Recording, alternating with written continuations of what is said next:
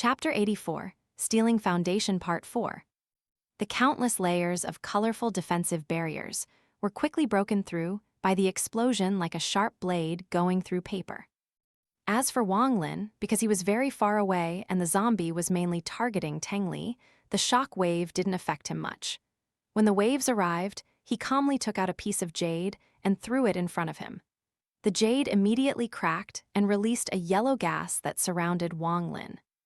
His eyes pierced through the yellow gas and locked onto Teng Li. The shock waves created by the explosion had started to weaken, but almost all of Teng Li's defenses had been broken.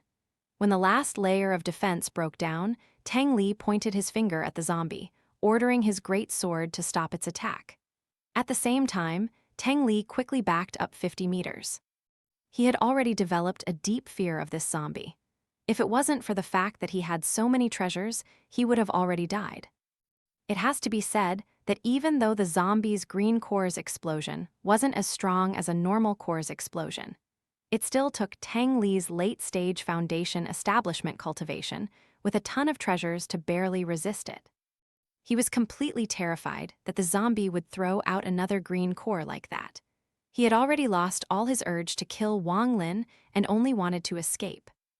Wang Lin had always been staring at Teng Li. He let out a faint smile as a cold light flashed across his eyes.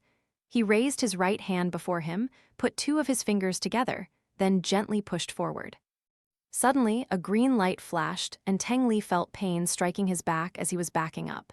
He panicked, and without looking back, continued to retreat. Wang Lin frowned. Teng Li's almost broken armor managed to stop the sword from piercing through his flesh. Wang Lin's eyes lit up. He bit the tip of his tongue and spat out some blood. The small green sword appeared in the blood and let out a loud sword hum, then quickly flew toward Teng Li. While in the air, the green sword suddenly teleported and stabbed toward Teng Li's back. Teng Li suddenly turned his head. His eyes were bloodshot and revealed a vicious gaze. A few pieces of jade quickly flew out of his bag of holding, forming defensive barriers. At the same time, he raised his left hand and pointed at Wang Lin. His great sword suddenly paused and sliced toward Wang Lin, while several lightning balls appeared and smashed toward the zombie. He was betting on whether Wang Lin's flying sword stabbed himself first or if his great sword would cut Wang Lin in half. If Wang Lin used teleport to escape, then he would lose control of the flying sword and give Teng Li time to escape. He was already almost out of gas, so if he stayed around any longer, he would be digging his own grave. Sidhu Nan screamed, "Mad, you are mad!" Without waiting for Wang Lin, Sidhu Nan decided to teleport them. Right as the blue light appeared, Wang Lin shouted, "It is not time to teleport yet. Stop." A vicious look appeared on his face. Without looking at the great sword, he controlled the small sword to dodge the defensive layers and appeared before Teng Li. Teng Li panicked.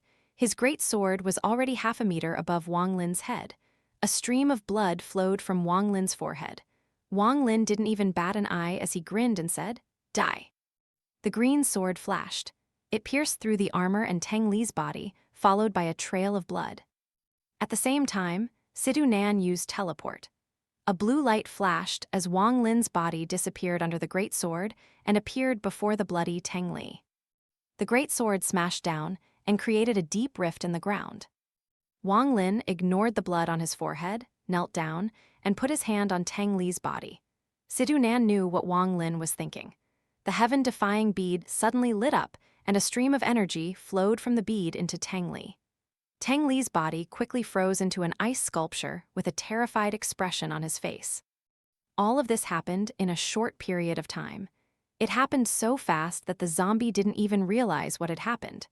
When it realized that Teng Li had been frozen, he cautiously looked at Wang Lin. All of the lightning balls that were charging toward the zombie dissipated. Even the great sword shrunk down to a small silver sword and fell into the rift on the ground. Wang Lin grabbed the ice sculpture and slowly backed away as he pointed the green flying sword at the zombie. The zombie stared at Wang Lin and screamed. It was about to charge at Wang Lin when it looked at the rift on the ground. During that moment of hesitation, Wang Lin had already moved more than 300 meters away and disappeared with a teleport. The zombie let out a roar and shot a look of frustration at Wang Lin's direction. It jumped into the rift and retrieved Tang Li's sword with a look of excitement and swallowed it. Wang Lin held the ice sculpture. His face was pale as he quickly moved through the forest. After making sure no one was following him, he finally relaxed a bit. He took out a gourd of spirit water and chugged it all down before sitting down cross-legged to cultivate. The forest was silent. After a long time, Wang Lin opened his eyes as Sidhu Nan's discontented voice came. "Brat, are you crazy? If I was a bit slower, you would have lost your life." Wang Lin deeply said, "That was the only opportunity to kill Tang Li. If his spiritual energy recovered, there would never have been a second chance. This person has also chased me for several days.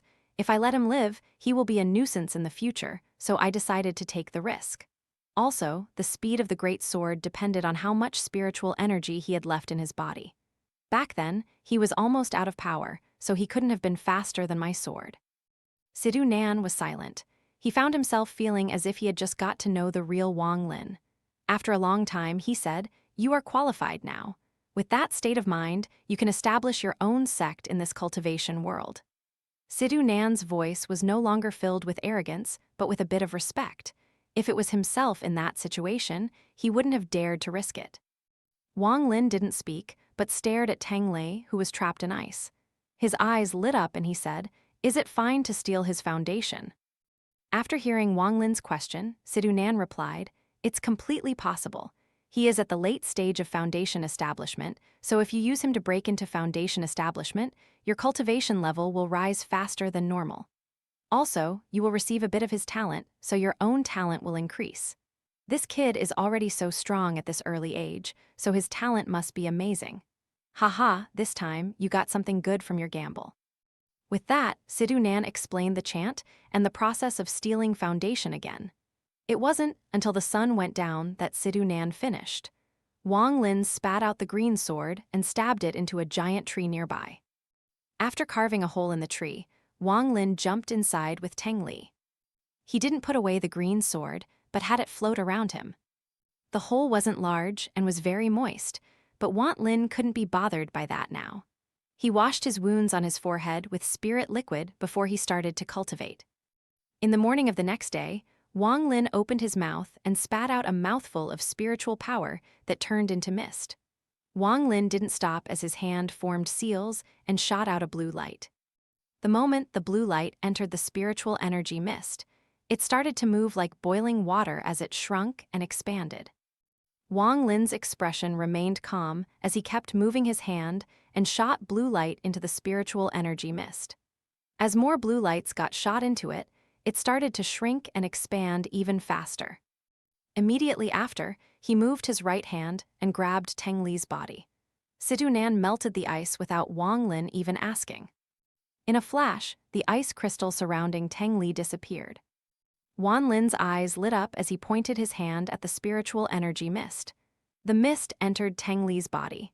His body suddenly shook as his face revealed a painful expression, but his eyes remained closed.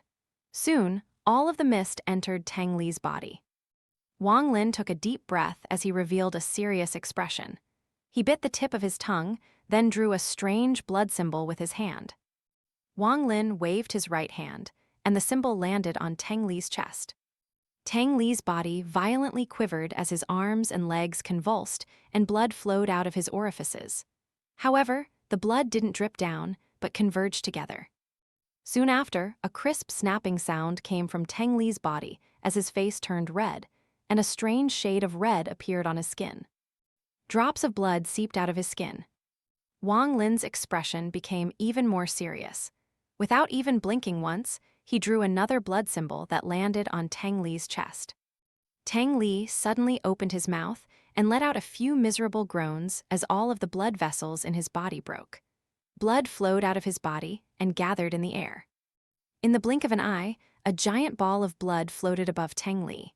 His red-colored body quickly turned pale. Wang Lin's forehead was covered in sweat. He watched the ball of blood as he quickly formed seals and sent out techniques toward it. Soon, the ball of blood slowly shrunk until it was the size of a fist, emitting a blood-red light. Wang Lin took a deep breath. His entire body was soaked in sweat. Without stopping, he spat out more spiritual energy and shot blue light into it. Then, Wang Lin motioned with his hand and the mist went into Tang Li's body again.